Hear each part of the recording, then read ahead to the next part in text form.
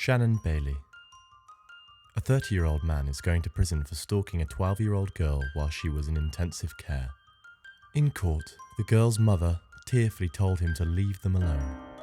The judge gave Shannon Bailey the maximum sentence, which for stalking is 1.5 years in prison and 2 years probation. The judge told him when his prison time is done, she wants him out of the state. Shannon Bailey of West Virginia admitted he learned about the terminally ill girl on the Caring Bridge site used by families to give mass updates on a loved one's health conditions.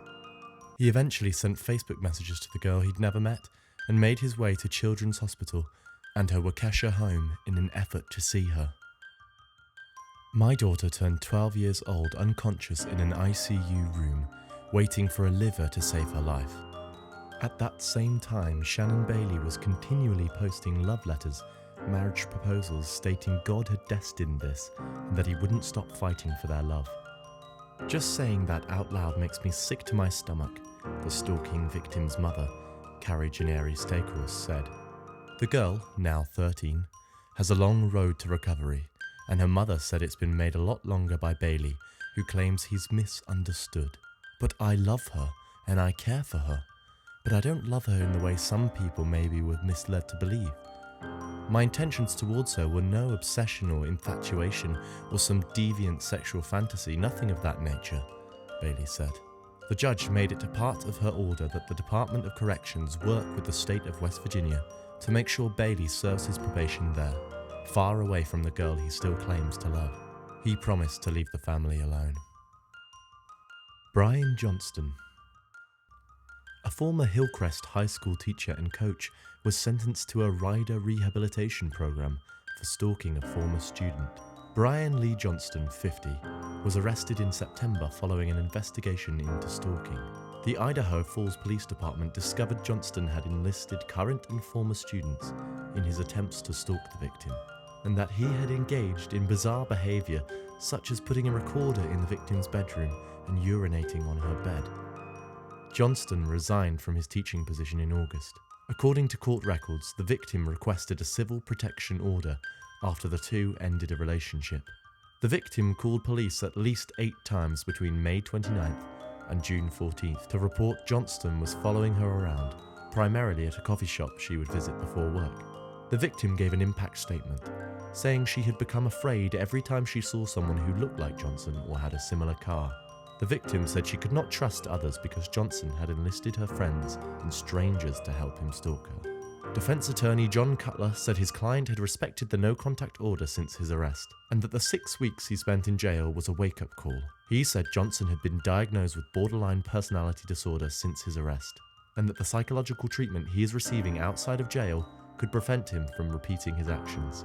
Crowther also cited the fact that Johnston continued the stalking even after his first arrest. Johnston apologized to the victim in his statement to the court, as well as his students and colleagues, the community and his family.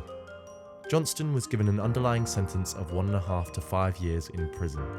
A rider program, also known as retained jurisdiction, allows a defendant to undergo 6 months to a year of treatment in prison.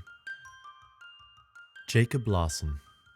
A Michigan judge, growing increasingly frustrated with the defendant who was talking back to him, stormed down from his bench and rushed to help subdue the man as he resisted being handcuffed. The 4-minute profanity-laced video showed the defendant, Jacob Larson, accusing Jackson County Circuit Court Judge John McBain of being buddy-buddy with a woman Larson had been accused of stalking for about a year. The hearing was about Larson's alleged violation of a personal protection order against the woman, who in the video is seated at a table next to Larson but whose face is blurred. The video shows that the hearing began calmly but escalated quickly as McBain questioned Larson about his persistent Facebook messages to the woman, despite a personal protection order against him. "I want her to leave me alone," Larson said, motioning toward the woman as he interrupted the judge. That seemed to irritate McBain, whose voice became noticeably sharper as he responded, "You know what? I told you to leave her alone, and apparently that didn't get through loud and clear. So today, you're going to jail for 3 days." What followed was an escalating exchange in which Larson accused the judge of being buddy-buddy with the woman and McBain declaring that the defendant had a bad attitude. As Larson continued interrupting the judge, McBain upped his jail sentence. A court officer seen in the video said that as he tried to take Larson into custody, the defendant tensed up and tried to fight him. Larson and the officer, identified by Jared Schulz, struggled as Larson continued to point and talk to the woman. "Tase him right now," McBain shouted as he threw off his judge's robe, ran over to the two men, and then physically helped pin Larson to the ground. Throughout the scuffle, Larson is heard cursing periodically. Theodore Hoying. A dangerous long-time stalker was found mentally incompetent to stand trial, and he's been sent off to a place that can hopefully hold him. Theodore Hoying has been terrorizing women since at least 2002. Even prison didn't stop him. Thursday, January 7th, a Hamilton County judge sent Hoying to a maximum security facility in the hope of getting him help. Only local 12 cameras were in court for his bizarre hearing. To understand how his victims feel, a person would only have to watch him in court and think about what it would be like if he was obsessed with someone they love. Hoying came into court staring holes into his victim and her family members as they sat in a courtroom corner. Hoying already spent 6.5 years in prison for terrorizing a Xenia woman in 2002. Authorities said as soon as he got out, he went after his current victim, a teacher at North Avondale Elementary School, who didn't even know him. Claiming to be her husband, he left dozens of phone messages and sent a package to the school which officials feared was a bomb. And when police arrested him at his home, they found pictures of the woman and her children. In court, Hoying talked continuously, glaring at his victim and news cameras. At one point, he wiped his nose on the table. Judge Megan Shanahan ordered him to a secure maximum security facility in Columbus until he can assist in his own defense. Gabrielle Ramirez. A man who stalked a 13-year-old girl, tattooed her name all over himself and shot her father, has been sentenced to 20 years in prison in one of Dallas County's most severe stalking cases. Gabrielle Ramirez, 23, was sentenced in a Dallas County courtroom after previously pleading guilty to charges of stalking and aggravated assault with a deadly weapon.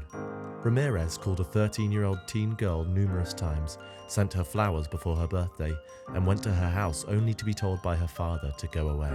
Ramirez returned to her house in early June 2013, and when her father answered the door, Ramirez shot him 3 times, hitting him in the chest, liver, and stomach. The girl's father survived but has nearly $90,000 in medical bills after 2 surgeries.